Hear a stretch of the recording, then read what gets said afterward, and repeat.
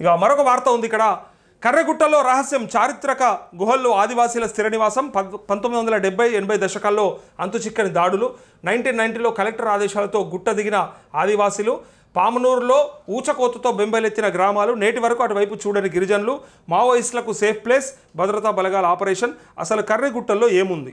Uranium, iron, diamonds, ముడిసరుకు లభ్యమవుతుందా అంటూ ఇక్కడ నక్సల్స్ లేఖకు స్పందించిన కేంద్రం అని వార్త వచ్చింది.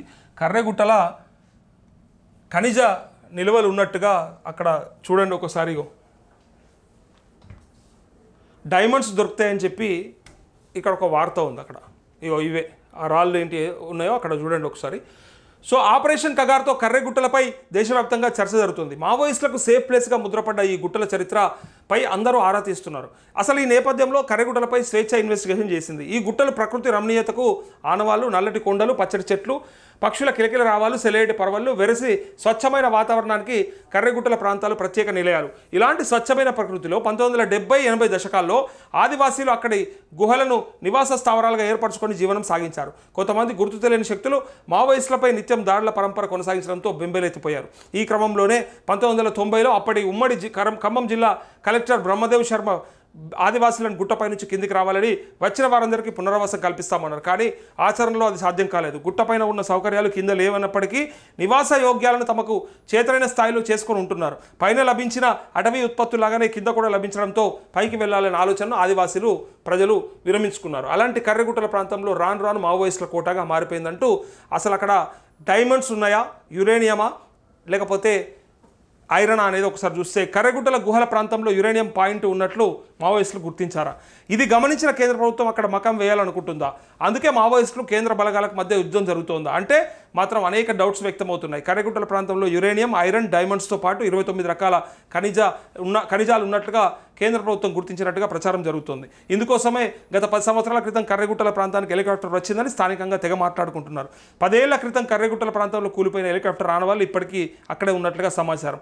ఖనిజ సంపదకు సర్వే కోసం వెళ్ళి పడిపోయిందా, లేదంటే మరే పనికైనా వెళ్తూ అనుకోకుండా ఎత్తుగా ఉన్న గుట్టను సిగ్నల్స్ లేని కారణంగా ఢీకొట్టిందా అని ఇప్పటికీ ప్రశ్నార్థకమంటూ అక్కడ విరివిగా డైమండ్స్, ఐరన్, అట్లే యురేనియం లభ్యమయ్యే అవకాశం ఉంది. కాబట్టి కేంద్రం ఇట్లాంటి ఆలోచన చేసి అక్కడ మావోయిస్టులందరినీ అక్కడి నుంచి ఏరివేసి అక్కడి నుంచి వాళ్ళ ఏదైతే ఇక ఖనిజాలని లేకపోతే డైమండ్స్ని, ఆ యురేనియాన్ని మరి తవ్వే ప్రయత్నమా, తీసే ప్రయత్నమా, ఆనాడు హెలికాప్టర్ పడిపోవడానికి కారణం ఏంటిదనేది కూడా ఇలా చర్చకు వచ్చింది.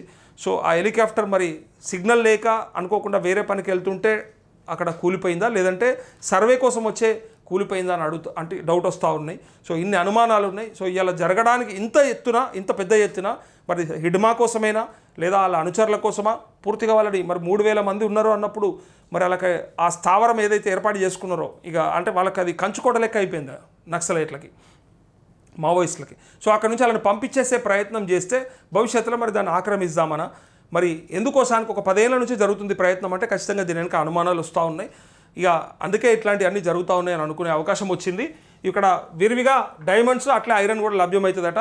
అట్లే యురేనియం కోసం కూడా ప్రత్యేక టన్నెల్ ద్వారా రైలు మార్గం కూడా ఏర్పాటు చేయాలని కేంద్రం అనుకుంటున్నట్టుగా ఇక్కడ వార్త వచ్చింది. సో ఇక్కడ అసలు ఏముందనేది ఇక్కడ చాలామందికి అనుమానం. ఈ 287 ఎకరాల విస్తీర్ణంలో ఉన్నటువంటి కర్రెగుట్టల ప్రాంతంలో మరి ఈ నల్లని గుట్టలు ఒకసారి చూడండి, ఇది 287 ఎకరాల ప్రాంతం. సో ఇక్కడ ఖచ్చితంగా ఏదో ఉంది, వాటిని మనం కైవసం చేసుకోవాలి లేదా వాటిని తీసుకోవాలి, తీయాలి అని చెప్పేసి ఆలోచన చేస్తున్నట్టుగా కనిపిస్తూ ఉంది. సో ఇప్పుడు అసలు వీళ్ళ టార్గెట్ ఖనిజాల, డైమండ్సా లేదా హిడ్మానా, అసలు ఏంది అసలు వీళ్ళ టార్గెట్? కేంద్రం టార్గెట్ మరి నక్సలైట్లు, మావోయిస్టులా, లేదంటే ఖనిజ సంపద దోపిడీనా అనే అనుమానాలు, ప్రశ్నలు మరి ప్రజలలో ఉన్నాయి, ఆదివాసీలలో ఉన్నాయి. అది క్లియర్ చేయాలి ప్రభుత్వం.